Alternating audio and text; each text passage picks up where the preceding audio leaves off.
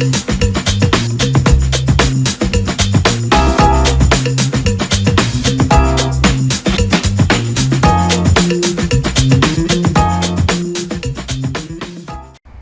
Bapak Ibu Saudara yang terkasih dalam Tuhan, puji Tuhan, kita ketemu lagi dalam Devotion from Nation pagi hari ini. Thanks God mendapat kesempatan lagi bisa sharing. Yuk sebelum kita sama-sama membahas sharing firman Tuhan, kita berdoa dulu.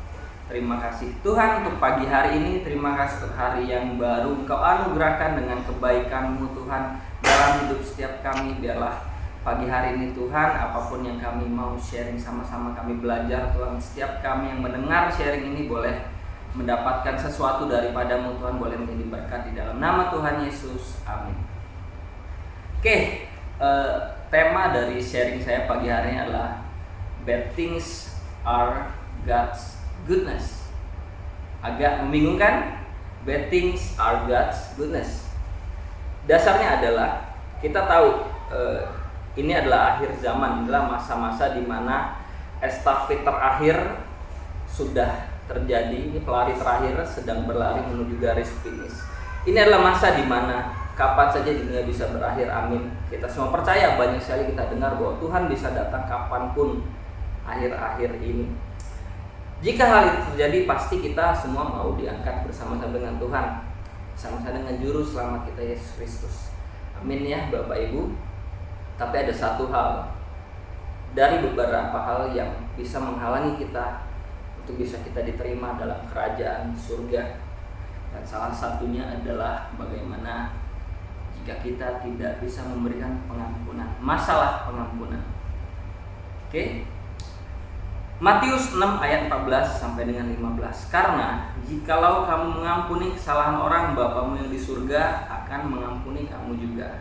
Tetapi jikalau kamu tidak mengampuni orang, Bapamu juga tidak akan mengampuni kesalahanmu. Kita semua sudah sering banget dengar ayat ini. Mungkin kita semua sudah tahu ayat firman ini, tetapi masih banyak dari kita yang belum bisa memberikan pengampunan. Ya, hari-hari ini adalah hari di mana si jahat sedang ingin menghancurkan destiny kita, panggilan kita yang besar dalam Tuhan, dengan membuat kita tidak bisa mengampuni. Dengan cara mungkin terus datang bisikan, kita terus diingatkan betapa jahatnya, betapa kejamnya, betapa menderitanya engkau diperlakukan oleh orang lain. Di pagi hari ini saya tidak menentang hal tersebut Bapak Ibu. Saya tahu tidak semudah itu untuk melepaskan pengampunan. Kita mungkin punya banyak excuse. Mungkin juga ketika saya mau mengajak Bapak Ibu, yuk kita lepaskan pengampunan, mungkin banyak sekali dari Bapak Ibu berkata, engkau tidak mengalaminya. Enak kau bisa ngomong, kau tidak mengalaminya. Kau tidak tahu betapa saya disakiti sampai seperti apa. Engkau tidak tahu betapa saya dihina sampai seperti apa. Kau tidak tahu betapa jahatnya perlakuan orang itu kepada saya, kepada anak saya, kepada orang tua saya. Kau tidak tahu betapa kejamnya, teganya orang itu, betapa hancurnya kita disakitin. Amin. Tapi ya saya tidak bisa ngomong, tidak bisa mengajak Bapak Ibu semua langsung melepaskan pengampunan. Saya tidak bisa menentang itu, seperti itulah adanya. Memang betul, seperti itu adanya. Tapi saya mengajak Bapak Ibu, ayo kita melihat hal tersebut bukan sebagai hal yang jahat, tapi kita melihat dari kacamatanya Tuhan. Oke, kita sering dengar firman bahwa Tuhan turun bekerja dalam segala sesuatu untuk mendatangkan kebaikan. Kita yakin bahwa tidak ada sesuatu pun yang bisa terjadi dalam hidup kita tanpa seizin Tuhan, hal baik maupun hal buruk. Kalau memang kita percaya hal seperti itu, maka lihatlah juga dengan cara seperti itu. Ada dua hal baik yang selalu Tuhan taruh dalam kehidupan setiap kita. Hampir setiap manusia mempunyai dua hal baik dalam kehidupannya. Yang pertama adalah orang-orang yang Tuhan taruh untuk membangun kita. Orang-orang yang membangun adalah orang-orang yang mensupport kita, yang mendukung kita. Orang-orang yang bisa memaklumi kekurangan, orang-orang yang bisa menutupin kesalahan, yang bisa membangun engkau. Orang-orang yang begitu dekat, yang begitu sepakat dengan engkau. Mungkin itu saudara, mungkin itu pemimpin rohani kita, mungkin juga itu orang tua, mungkin juga itu hal lain, sahabat. Tapi juga ada golongan kedua adalah orang-orang yang hal baik yang Tuhan taruh adalah orang-orang yang mempertajam Bapak Ibu. Mempertajam maksudnya seperti apa? Mempertajam orang-orang yang melukaimu, orang-orang yang menyakitimu, orang-orang yang merendahkan sampai luka-luka, sampai pecah-pecah. Orang-orang yang Tuhan taruh untuk menajamkan engkau.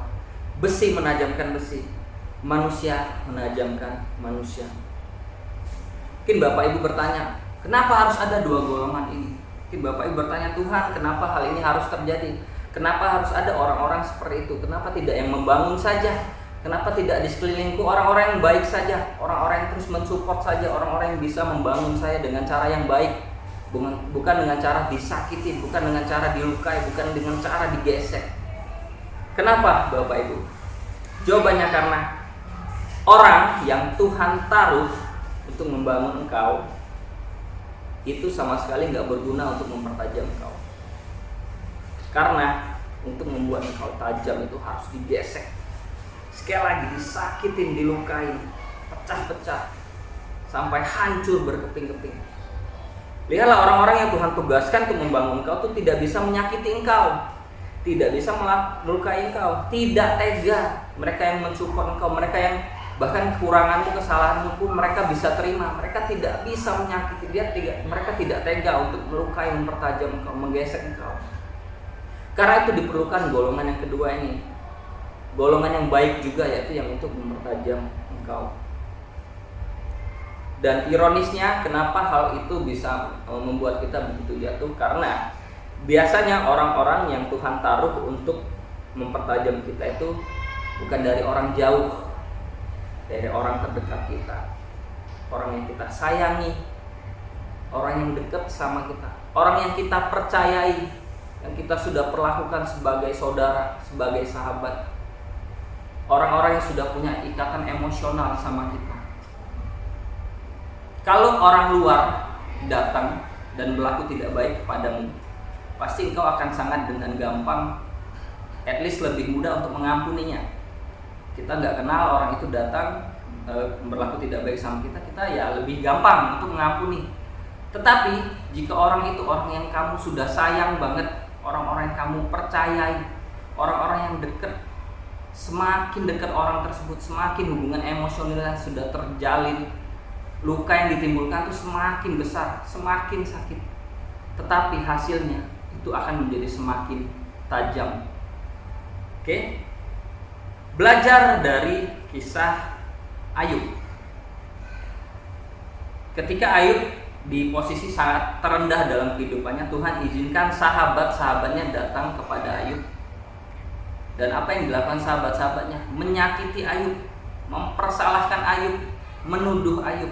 Bayangkan, sahabat ya, bukan teman, bukan sekedar kenalan, tapi firman Tuhan katakan sahabat. Mereka sahabatnya Ayub, orang yang dekat sama Ayub.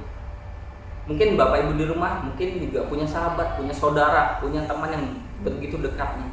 Kira-kira gambarannya seperti itu yang Tuhan izinkan datang kepada Ayub untuk apa? Mempersalahkan Ayub. Kenapa sih Tuhan izinkan akhirnya sahabat Ayub datang untuk melukai Ayub? Karena Ayub sudah mulai digerogoti oleh kepahitan. Kalau Bapak Ibu baca dalam kitab Ayub, banyak sekali kutipan firman Tuhan yang berkata Tuhan itu Ayub itu menyalahkan Tuhan atas segala penderitaan yang dia alami. Ayub sudah mulai goyang dan berpikir Tuhanlah yang menjadi penyebab penderitaan hidupnya. Dia tidak tahu bahwa di balik semua itu adalah iblis. Tetapi ketika sahabat-sahabatnya datang untuk menggesek dia, untuk melukai dia, kepercayaannya Ayub kepada Tuhan tuh yang sudah tumpul karena digerogoti oleh kepahitan, kesakitan, kecewa, kesedihan, itu mulai naik lagi, mulai tumbuh lagi. Kenapa? Karena ketika sahabat Ayub datang menyakiti Ayub, Ayub mulai mencari pembelaan. Dia mulai teringat bahwa Tuhanlah yang selama ini menjadi pembela dia. Ketika sahabatnya Tuhan izinkan datang untuk menyakiti dia, Ayub yang semula kepahitan. Ayub yang semula menyalahkan Tuhan atas penderitaan, mulai dia mencari perlindungan kepada Tuhan, mulai dia mau berharap lagi sama Tuhan, mulai dia mencari pembelaan. Tuhan, belalah saya dari sahabat-sahabat saya ini yang salah. Dikatakan di Ayub 19 ayat 25 ayat 7, tetapi aku tahu penebusku hidup dan akhirnya ia akan bangkit di atas debu. Juga sesudah kulit tubuhku sangat rusak, tanpa dagingku pun aku akan melihat Allah yang aku sendiri akan melihat, memihak kepadaku. Mataku sendiri menyaksikannya dan bukan orang lain. Hati sanubariku merana karena rindu. Dia mulai merindukan lagi Tuhannya. Terus belajar juga dari Rasul Paulus yang diberikan duri dalam daging, utusan iblis yang untuk menggocoh Paulus. Menggocoh itu artinya menghajar, memukul. Berarti apa? Menyakiti, menganiaya. Betul-betul sampai Paulus itu tidak berdaya dan dia berdoa, Tuhan tolong utusan iblis ini jauhkan daripadaku. Tapi firman Tuhan katakan apa? 2 Korintus 12 ayat 7-9, tentang hal itu aku sudah 3 kali berseru kepada Tuhan supaya utusan iblis itu mundur daripadaku. Tapi jawab Tuhan kepadaku, cukuplah kasih karuniaku bagimu, sebab justru dalam kelemahanlah kuasaku menjadi sempurna. Akhirnya Paulus sadar dan berkata, sebab itu terlebih suka aku bermegah atas kelemahanku, supaya kuasa Kristus turun menaungi aku. Ya, hampir kita semua mempunyai 2 hal baik di dalam hidup kita, yaitu orang yang membangun dan orang yang mempertajam kita. Saya mau bagikan kesimpulan. Kita sama-sama tahu bahwa tanpa melepaskan pengampunan kita tidak akan bisa menerima pengampunan. Oke? Dan kita tidak akan bisa diterima dalam kerajaan surga jika kita tidak melepaskan pengampunan. Kita masih simpan dendam, kita masih siap simpan kepahitan terhadap seseorang. Tapi saya mau ajak, jangan lepaskan destinimu yang besar, panggilanmu yang besar terhadap Tuhan bersama Tuhan, karena engkau tidak bisa mengampuni. Saya akan berikan kesaksian hidup saya.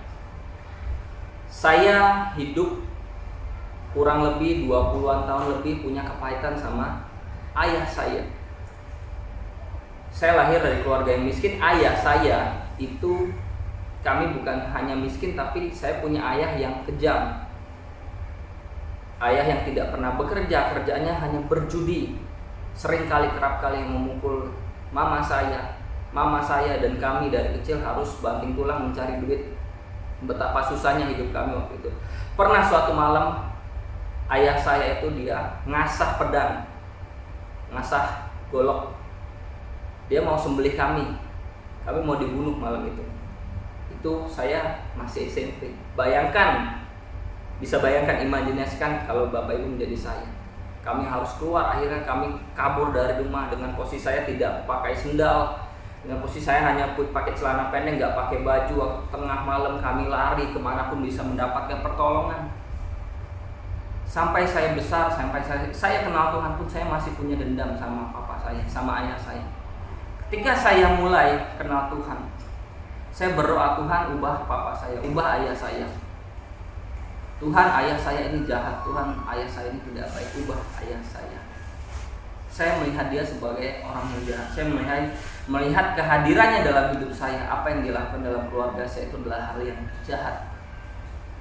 Sampai satu titik ayah saya nggak berubah-ubah, dan Tuhan kasih satu kewahyuan dalam kehidupan saya. Dan ketika saya berdoa, saya tidak meminta Tuhan untuk mengubah ayah saya lagi. Saya tidak berdoa, Tuhan buat saya untuk bisa mengampuni ayah saya. Tapi saya mulai belajar, Tuhan ampuni saya, karena saya tidak melakukan firman Tuhan. Saya tidak memperlakukan ayah saya sebagaimana firman Tuhan katakan harus menghormati orang tua. Akhirnya saya mulai berdoa, Tuhan saya yang harus diubah. Ubah saya Tuhan. Saya tidak hanya cukup berdoa. Akhirnya saya mulai kembali ke ayah saya tegur dia, saya kasih perhatian, saya hormati dia, saya panggil dia. Sampai akhirnya ketika saya melihat ayah saya bukan sebagai hal yang jahat lagi, tapi adalah hal baik yang Tuhan taruh dalam hidup saya. Pengampunan itu lepas sendiri, dan ayah saya diubahkan. Sampai saat ini ayah saya menjadi sangat lebih baik. Dia bekerja, dia punya penghasilan, dia bertanggung jawab. Dan saya bisa katakan saat ini, oleh Tuhan saya bisa katakan saya menyayangi ayah saya. Itu satu kesaksian. Akhir kata, saya tidak bisa memaksa Bapak Ibu untuk bisa mengampuni orang-orang yang telah menyakitimu. Tidak semudah itu, saya tahu tidak semudah itu. Tetapi saya mengajak Bapak Ibu melihat dengan cara yang berbeda. Jangan mau dipermainkan iblis sehingga engkau kehilangan destinimu yang besar. Jangan melihat orang yang melukaimu sebagai hal yang jahat, tetapi lihatlah mereka sebagai hal baik yang dipakai Tuhan untuk menjadikanmu tajam. Because sometimes bad things are God's goodness. Oke? Yang perlu Anda lakukan saat ini adalah bukan memaksa dirimu untuk mengampuni. Anda terus berdoa, paksa dirimu, aku harus mengampuni, aku harus bisa melepaskan pengampunan. Tidak. Tetapi mulailah melihat hal tersebut sebagai hal yang baik dari Tuhan. Jangan lihat hal lagi sebagai hal yang jahat. Lepaskan ucapan syukur. Ketika engkau bisa mengubah pandanganmu, melihatnya sebagaimana Tuhan menetapkannya dalam kehidupanmu, otomatis pengampunan itu akan lepas dengan sendirinya. Oke? Bagi Bapak Ibu mungkin kalau memang ada yang seperti yang saya bagikan, ada yang mempunyai satu kepahitan, ada yang mempunyai luka yang sulit sekali disembuhkan. Anda masih memikirkan orang-orang yang begitu jahat, begitu menyakiti, begitu memfitnah, begitu menghancurkan engkau berkeping-keping. Pagi hari ini ambil waktu, berdoa kepada Tuhan. Mulai ubah caramu melihat sebagaimana Tuhan melihat. Jangan lihat itu sebagai bad things, tapi adalah God's goodness dalam kehidupanmu. Mari kita berdoa. Terima kasih Tuhan, kami sudah selesai Tuhan belajar bersama-sama Tuhan. Terima kasih Engkau yang menyampaikan Tuhan pesan ini Tuhan. Hamba-Mu hanya alat, tapi kami percaya Tuhan setiap kami yang mendengarnya Tuhan, Engkau tidak hanya berhenti sampai di sini, Engkau meneruskannya Tuhan. Engkau mulai menjamah setiap kami, Engkau mulai membuat kami Tuhan melihat dengan perspektif dengan Engkau seperti Engkau lihat Tuhan. Kami mulai melihat bad things happen is God's goodness. Bukan orangnya yang jahat, tapi ada sesuatu yang Tuhan, rencana yang Tuhan taruh dalam kehidupan kami untuk membuat kami jauh lebih baik lagi. Kami bersyukur Tuhan, biarlah setiap kami Tuhan yang terluka, biarlah setiap kami yang punya sesuatu luka yang begitu sulit disembuhkan Tuhan. Setiap kami yang masih struggle untuk melepaskan pengampunan, setiap kami yang struggle Tuhan untuk bisa mengasihi orang-orang yang menyakiti kami Tuhan. Tapi biarlah Tuhan pagi hari ini Tuhan kami belajar Tuhan. Sebab bagaimana kami bisa berkata, kami mau mengasihi orang yang memusuhi kami. Kami mau berdoa bagi musuh kami. Kalau tidak ada yang memusuhi kami, kami mau bagaimana kami bisa belajar untuk berdoa bagi orang yang menganiaya kami jika tidak ada yang menyakiti kami. Kami mau belajar Tuhan pagi hari ini. Biarlah Tuhan, apapun yang hamba-Mu sampaikan, biarlah walaupun kurang sempurna, Engkau yang sempurnakan. Dan biarlah Engkau sendiri Roh Kudus yang menjamah setiap kami pagi hari ini. Terima kasih Tuhan dalam nama Tuhan Yesus. Amin. Oke, terima kasih sekali lagi Bapak Ibu. Tuhan Yesus memberkati. Sampai ketemu pada Devotion Formation selanjutnya. God bless you.